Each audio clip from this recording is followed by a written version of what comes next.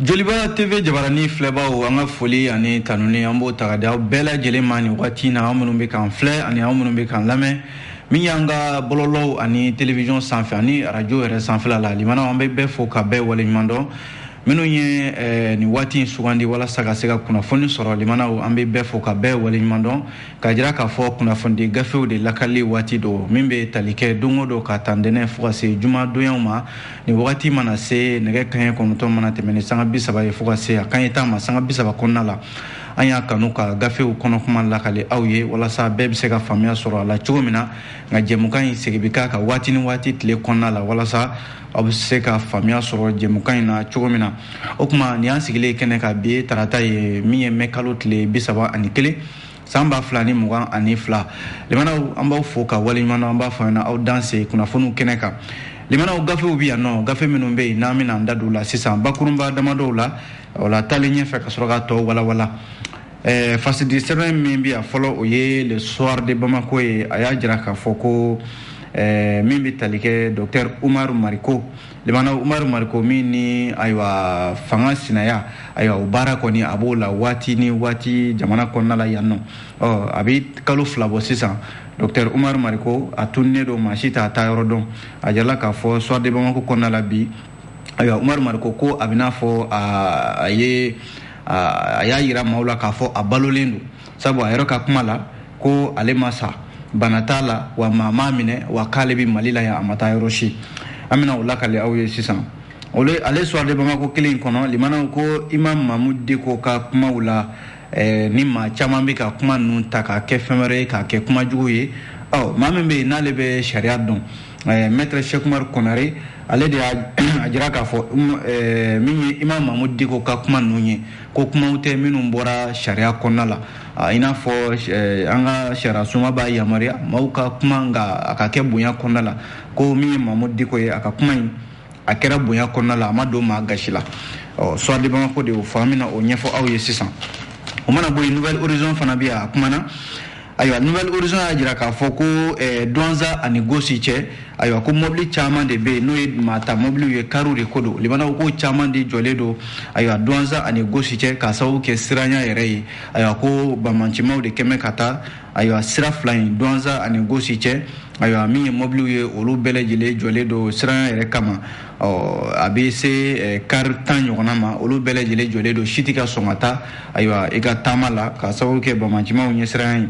ale ye Nouvelle Horizon kelen ka kuma na an ka sanfɛ kalanso min bɛ yen n'u kama ko FSEG faculté des sciences économiques et de gestion a jirala k'a fɔ maa minnu bɛ yen n'olu ye baki sɔrɔ n'u kan ka taa kalan daminɛ nin yɔrɔ ninnu na a bɛ se maa 10,5 ɲɔgɔnna ma olu kɔni bɛ so nin waati in na k'a sababu kɛ ko yɔrɔ tɛ yen ka kalan kɛ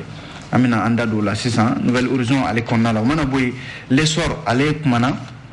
l'essor y'a jira k'a fɔ Mali jamana ɲɛmɔgɔw ye waati min na k'a fɔ ko France ka kunnafoni sira minnu bɛ yen n'o ye RFI ani France 24 ye ka olu ka yamaruya sɛbɛn min b'a jira k'u bɛ kunnafoni di Mali la yan ka o minɛ u la ko jɛkulu dɔ bɛ yen min bɛ UEMOA kɔnɔna la n'o ye plateforme des régulateurs de l'audiovisuel de l'UEMOA ani Guinée ayiwa o maa dɔw nana Mali la yan nɔ ko ni premier ministre ye ɲɔgɔn ye u nana ɲininkali de kɛ k'a lajɛ Mali ye France 24 ni RFI gɛn kun min na k'a dɔn kun jɔnjɔn jumɛn de don ninnu kɔni taara u wasalen sabu kunnafoni min b'a la u ye kunnafoni caman sɔrɔ o la premier ministre sababu la min ye recensement général de l'habitat n'u kama ko RGPH ni nin y'a ta k'o duurunan ye ayiwa l'essor kɔnɔna la bi a jiralen k'a fɔ ni politiki tɔnw sen ma don a la limanaw baara in bɛ sɔn ka gɛlɛya kosɛbɛ reporter ale fana bi yan a kumana reporter y'a jira k'a fɔ M5 RFP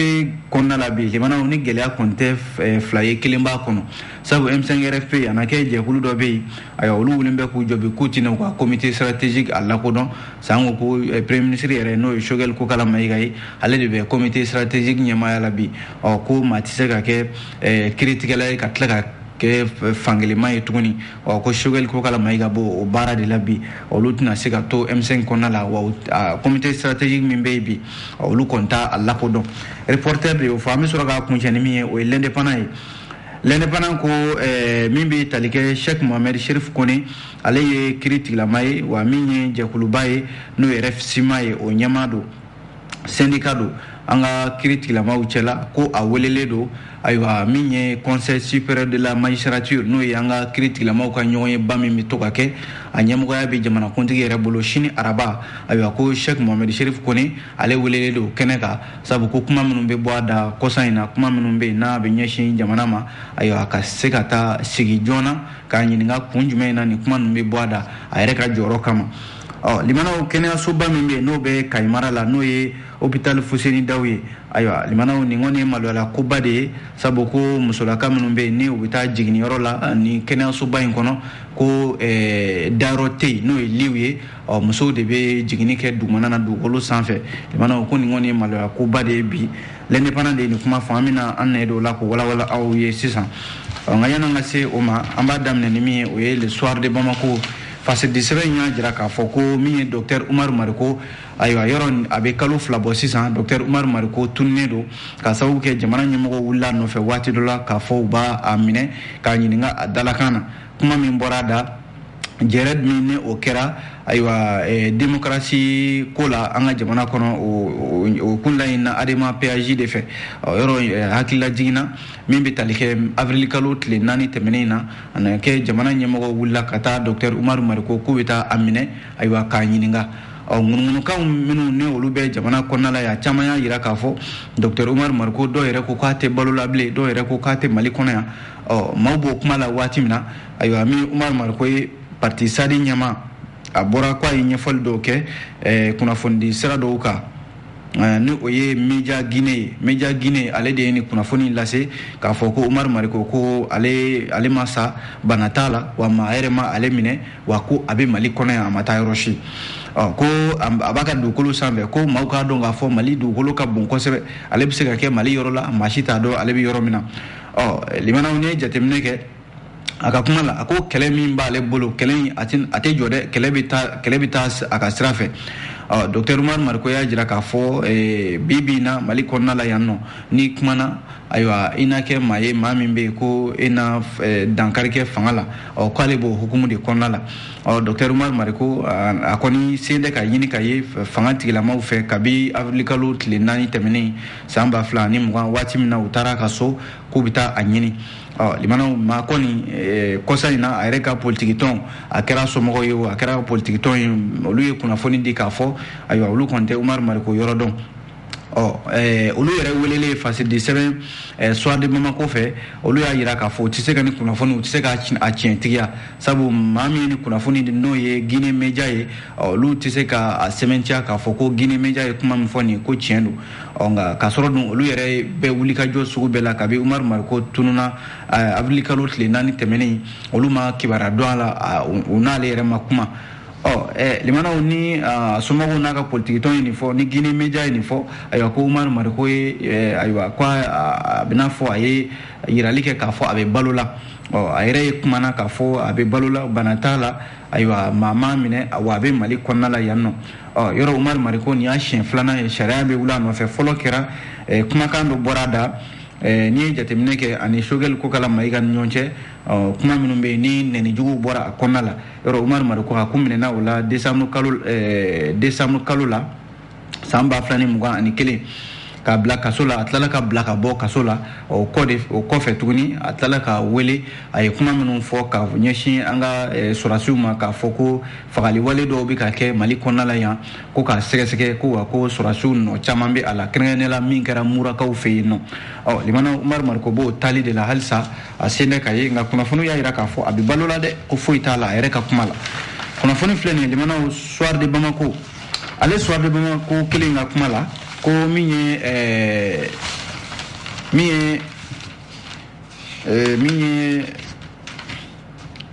Imam Mahmoud Diko limano Imam Mahmoud Diko yoro ni wakati na aleka kuma de bebele jile neka aywa Imam Mahmoud Diko ye kuma min fo kanyeshi fanga ani politique ton fo kata se jie mama aywa ka foko politique mau k'olu kɛra i n'a fɔ maa minnu bɛ yen ni u tɛ yen bilen yɛrɛ i b'a fɔ maa minnu yɛrɛ salen don min ye an ka jamana ɲɛmɔgɔw ye ko olu bɛ yaadaleya ni jamanaya de la min bɛ tali kɛ diɲɛma communauté internationale ayiwa olu fana ta kɛn bɛ yaada ye ka Mali lajɛ gɛlɛya kɔnɔna la o kuma min bɔra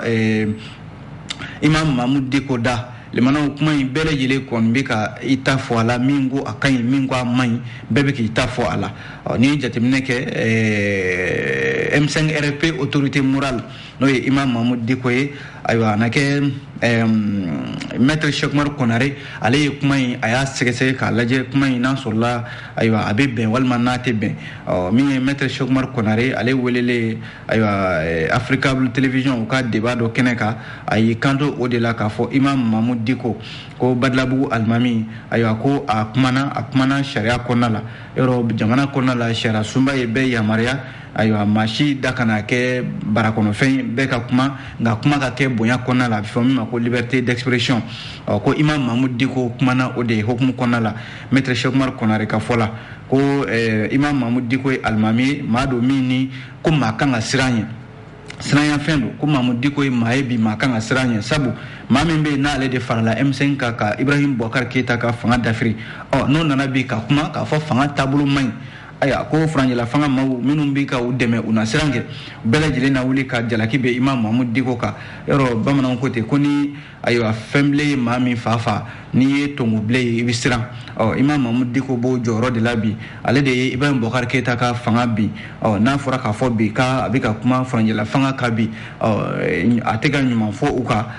u na siran kɛ minnu bɛ yen ni olu bɛ Faranjila fanga nɔfɛ olu bɛɛ lajɛlen bɛ ka Imam Mahmud Diko ka kuma in ta k'a bila sira wɛrɛ ka kuma sira min na o man ɲi nka min ye maître Cheikh Umaru Konare ale bɛ sariya dɔn lafasaliba don n'o ye avocat ye a y'a jira k'a fɔ Imam Mahmud Diko ka kuma in bɛ bila minɛn min kɔnɔ o ye k'a fɔ a bɛ ka hakilila de di jamana kɔnɔ maa tɛ k'a fɔ a bɛna kuma don kuma min ni a bɛ se ka dankari kɛ maa la walima k'a fɔ kuma don min na a bɔra sariya kɔnɔna la ko ale b'a faamu ka taa o cogoya de la kunnafoni filɛ nin ye limanaw an ye nin bɔ soir de Bamako kɔnɔ o mana bɔ yen Nouvelle Horizon bi a kumana Nouvelle Horizon y'a jira k'a fɔ lakanabaliya halisa limanaw a kuma de bɛ fɔ Mali kɔnɔna la yan a tɛ ban ko min ye Boni ani Douanza o ni ɲɔgɔn cɛ a jirala k'a fɔ maa minnu bɛ yen n'olu bɛ taama na nin sira in kan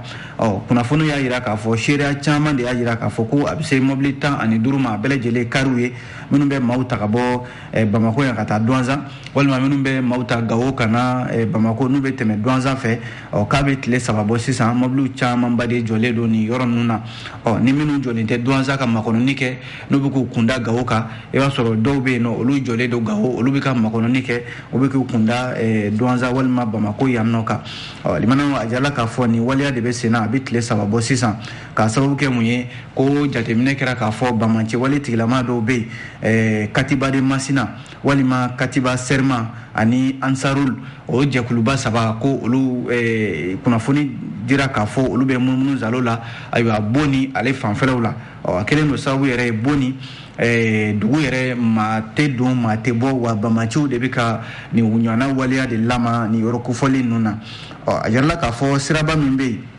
n'a bɛ bɔ Bamako ka taa Boni ka taa Gawo a bɛ tɛmɛ Mopti fana fɛ limanaw a jirala k'a fɔ sira in a kan ka lajɛ kosɛbɛ an ka finitigilamaw fɛ a jirala k'a fɔ kununko ntɛnɛn mɛ kalo tile 30 seereya minnu bɛ yen n'olu y'a nin jira olu y'a jira k'a fɔ ko a bɛ se kari 15 ma ayiwa dɔw jɔlen don minnu bɛ ka bɔ Gawo ka na Douanza olu jɔlen don yen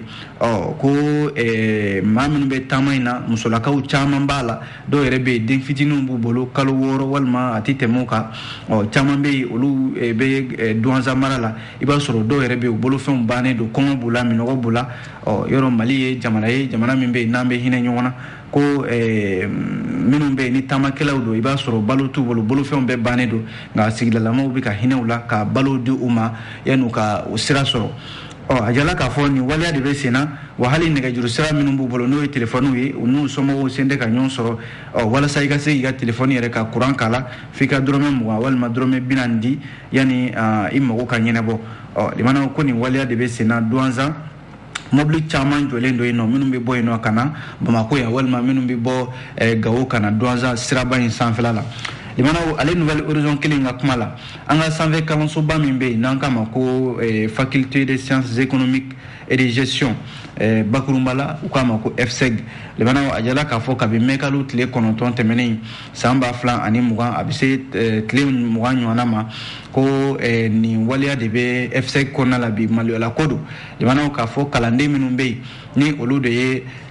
baccalauréat sɔrɔ u kan ka taa sanfɛ kalanw daminɛ a bɛ se kalanden maa 15 ma ayiwa a bɛ fɔ min ma ko bachelier o bachelier minnu filɛ nin ye olu de ton bɛ so sigi la bi ka sababu kɛ ko kalanyɔrɔ tɛ yen kalansoba min filɛ nin ye o bɛ taa kalan kɛ so minnu kɔnɔ n'o ye kilasiw ye ko kilasi tɛ yen ka kalan kɛ comité AYM min bɛ FSEG kɔnɔna la o ɲɛmɔgɔ n'o ye min bɛ tali kɛ Lasine Traoré ale yɛrɛ ye ɲɛfɔli kɛ Nouvelle Horizon maaw ye a ko nin wagati in na u ye a laɲini kɛ rectorat fɛ n'o ye Université des sciences sociales et de gestion de Bamako USSGB o rectorat u ye laɲini kɛ u fɛ ko rectorat y'a f'u ɲɛna k'a fɔ ko soba 2 bɛ yen n'o ye amphi 2 ye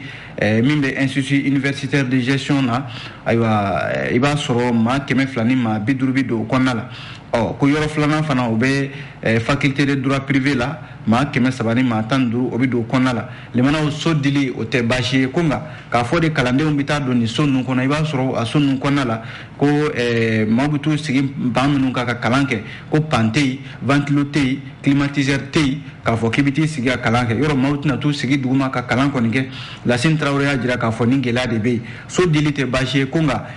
sigiyɔrɔ tɛ yen k'a fɔ de i bɛ t'i sigi ka kalan kɛ nin yɔrɔ kofɔlen ninnu na Lasine Traoré u ko olu kɔni ye laɲini kɛ rectorat fɛ walasa u ka se ka bɔ ayiwa nin gɛlɛya in kɔnɔna la ko bɛ nin yɔrɔ de la Lasine Traoré tɔgɔ in comité AYM min bɛ FSEG kɔnɔna la a y'a jira halisa k'a fɔ ko lakɔlidenw yɛrɛ k'a faamu k'a fɔ n'i y'a ye u y'u bila ka taa so ko dɔwɛrɛ tɛ u bɛ fɛ de u ka kalan kɛ lafiya kɔnɔna la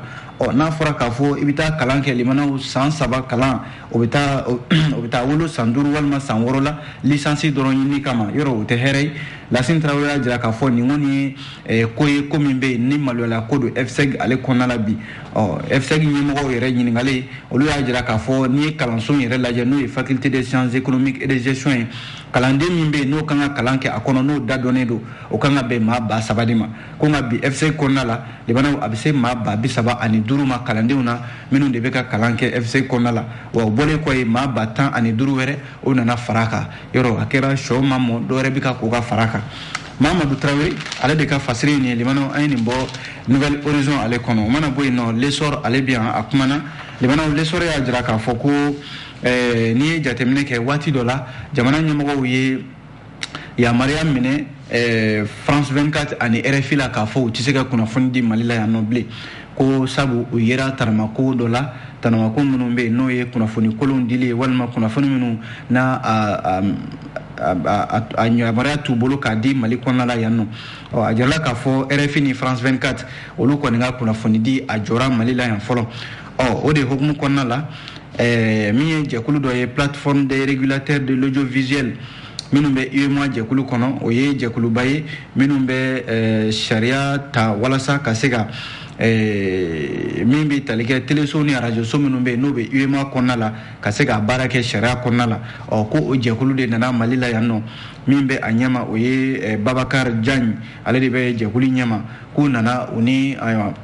Mali premier ministre Choguel Kokala Mayiga o ye ɲɔgɔn ye kunungo u bisimilala ko taama in a bɛ don hukumu kɔnɔna la o de ye ka na Mali la yan ka na lajɛ ayiwa kun jumɛn na France 24 ani RFI u ka baara dansigi kɛra la Mali kɔnɔna la yan nɔ Boubacar Diagne a n'a a ka nɔfɛ jamaw o kɔni premier ministre ye kunnafoni caman di u ma Choguel Kokala Mayiga limanaw min ye hali haute autorité de la communication min bɛ Mali la o ɲɛmɔgɔ Fodje Touré ale fana ye ɲɛfɔli caman kɛ sabu yamaruya bɛ olu de bolo ka ayiwa yamaruya in minɛ France 24 la k'a fɔ u tɛ France 24 ni RFI la k'a fɔ u tɛ kunnafoni di Mali la ayiwa Fodje Touré ale yɛrɛ fɛn fɛn bɛ yen nɔ k'a fɔ ko ayiwa France 24 ni RFI tɛgɛ tar'o la Mali kɔnɔ la yan u y'a bɛɛ lajɛlen di nin maa kofɔlen ninnu ma k'a yira u la a filɛ nin France 24 ni RFI ye nin baara de kɛ a kunnafoni filɛ nin yalima nin ka kan wa nin ka kan Mali kɔnɔ la yan wa Boubacar Diagne a n'a ka nɔfɛ jamaw olu kɔni kunnafoni y'u ɲɛna u nisɔndiyara kosɛbɛ u y'a ye k'a fɔ tiɲɛ yɛrɛ la n'i ye kunnafoni di baara ta k'a lajɛ sariya kɔnɔna la limana ko ayiwa France 24 ni RFI u kun man ka yamaruya fiyewu ka ni ɲɔgɔnna kunnafoniw di Mali kɔnɔna la yan u kɔni limana u wasalen taara u wasalen segira k'a fɔ kunnafoni min dira u ma u nakun kun tɛ k'a fɔ u bɛna Mali jamana ɲɛmɔgɔw k'u wele k'u sigi jɔn na dɛ walima k'a f'u ɲɛna a ye nin baara min kɛ nin man ɲɛ u nana de ka n'a lajɛ France 24 ni RFI gɛnna kun min na ka se k'a ɲɛdɔn ko u kɔni ye ɲɛdɔnni kɛ u ye fɛn caman faamuya ko ni Ala sɔnna u na segin u na taa ɲɔgɔn ye ko nka don nataw la limanaw k'a tɛna mɛn dɛ Mali yɛrɛ ka dama tugu fiyewu France 24 ni RFI ye min ye Boubacar Diagne n'a ka cɛdenw k'u na wulikajɔ kɛ walasa o baara ɲɔgɔn ye u bɛ se ka sabati ayiwa RFI ni France 24 u bɛ se ka segin ka na ayiwa Mali la yan nɔ k'u ka baaraw daminɛ nka zena a na kɛ sariya kɔnɔna la limanaw min ye ale lesɔr kelen ka kuma na halisa baara min bɛ to ka boloda jamana ɲɛmɔgɔw fɛ n'o de ye ka jamanadenw kelen kelenna bɛɛ lajɛlen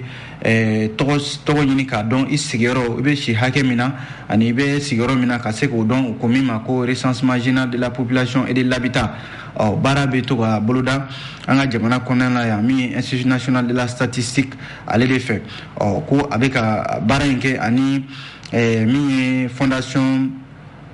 dialogue interparti et la démocratie CMD n'o de bɛ k'o baara kɛ ɲɔgɔn fɛ a jala k'a fɔ u ye ɲɔgɔn ye dɔ boloda mɛ kalo tile 30 n'a tile 31 Bamako yan nɔ walasa ka se ka faamuyali kɛ hakilila falen hukumu kɔnɔna la ayiwa baara boloda min filɛ n'o de ye ka jamanaden bɛɛ lajɛlen tɔgɔ dɔn k'a sigiyɔrɔ dɔn ani maa hakɛ min bɛ jamana kɔnɔna la walasa ni baara bɛ kɛ jamana kɔnɔ a bɛ se ka nɔgɔya cogo min na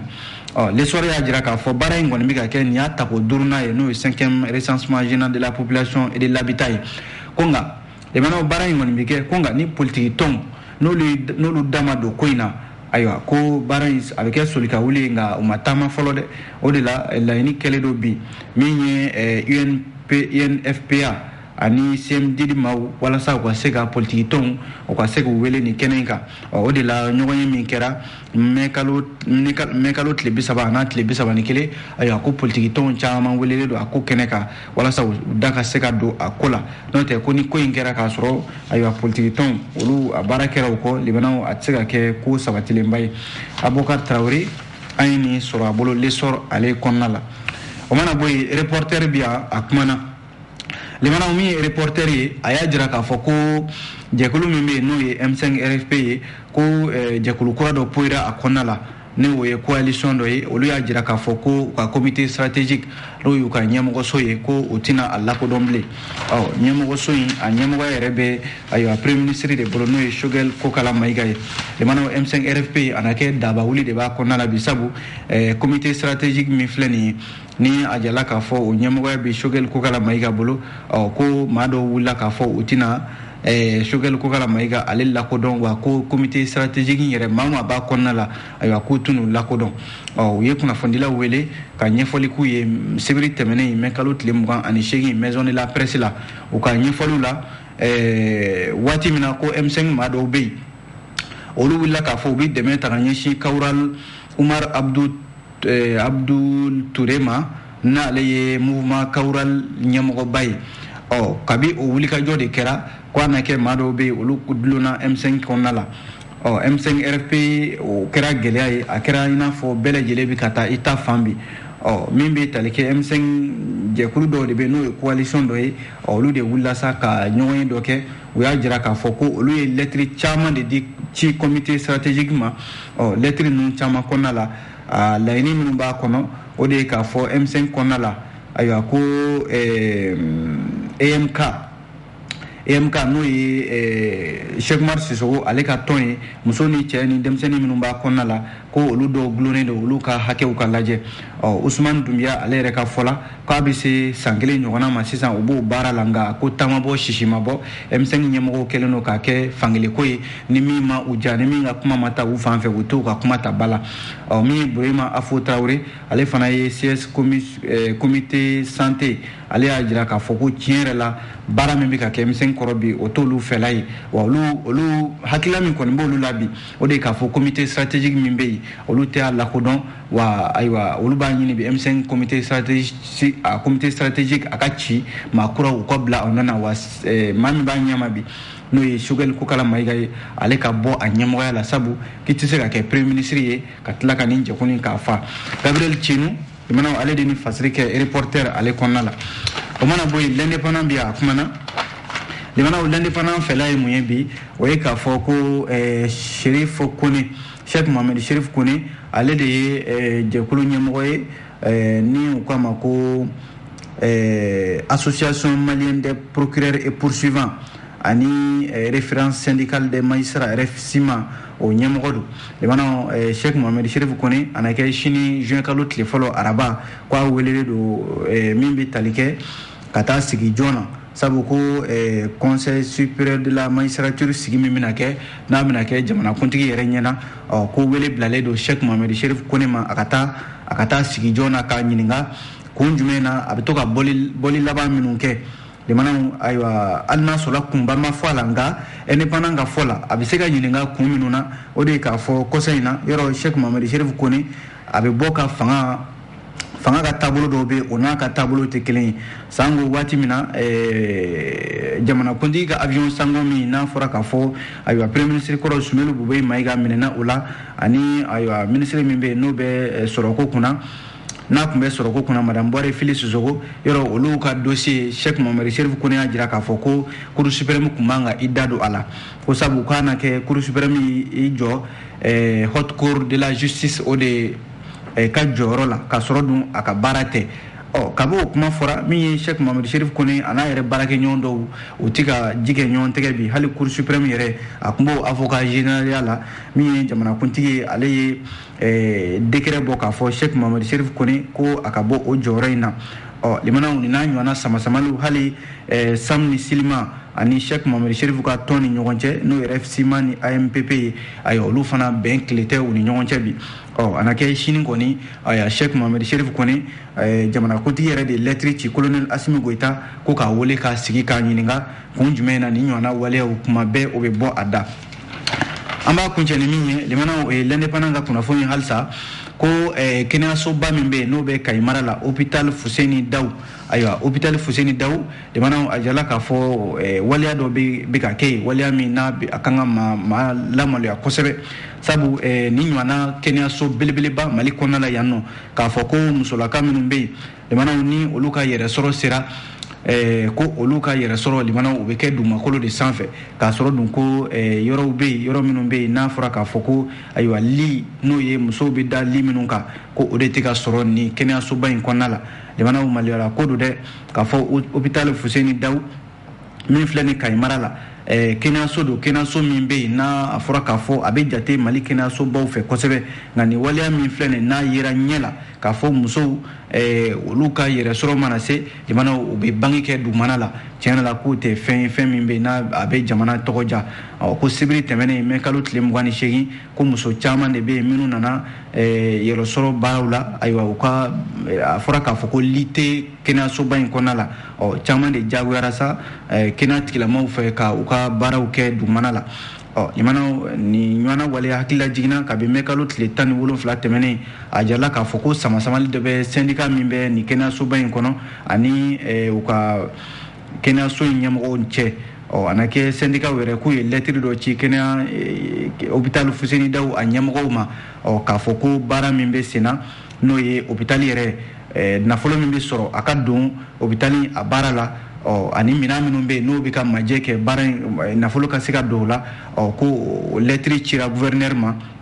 wana ke colonel Musa Sumare ale yɛrɛ welewele dakan bila o bɛ taali ɲɛmɔgɔw ma alamisa tɛmɛnen o ka se ka ɲɔgɔn ye o ɲɔgɔn ye kɔni bɛ ka boloda limanaw ana kɛ n'o bolodara ayiwa fɛɛrɛ bɛ se ka sɔrɔ u ka nin baara in na nka nin waleya min filɛ nin limanaw ka musow bɔ u ka so kana jigi dugumana na kɛnɛyaso kɔnɔ hali ka to i ka so o man fisa i ka na nin ɲɔgɔnna waleya ka da i ka kɛnɛyaso kɔnɔna la indépendant de ka kuma do dɛ Umar Bagayogo ale ye indépendant ka lasigiden ye Kayi mara kɔnɔ an ye nin fasiri sɔrɔ a bolo a bɛ dansigi kɛ kunnafoni sɛbɛnw n'an sera ka min lakale ka bɛn nin waati ɲɛ o kuma an b'aw fo ka aw waleɲuman dɔn ni Ala sɔnna an na ɲɔgɔn sɔrɔ a sini gafe kura minnu mana sɛbɛn an na o lakale ladira kɔnɔna la a k'an bɛn diɲɛ waati wɛrɛ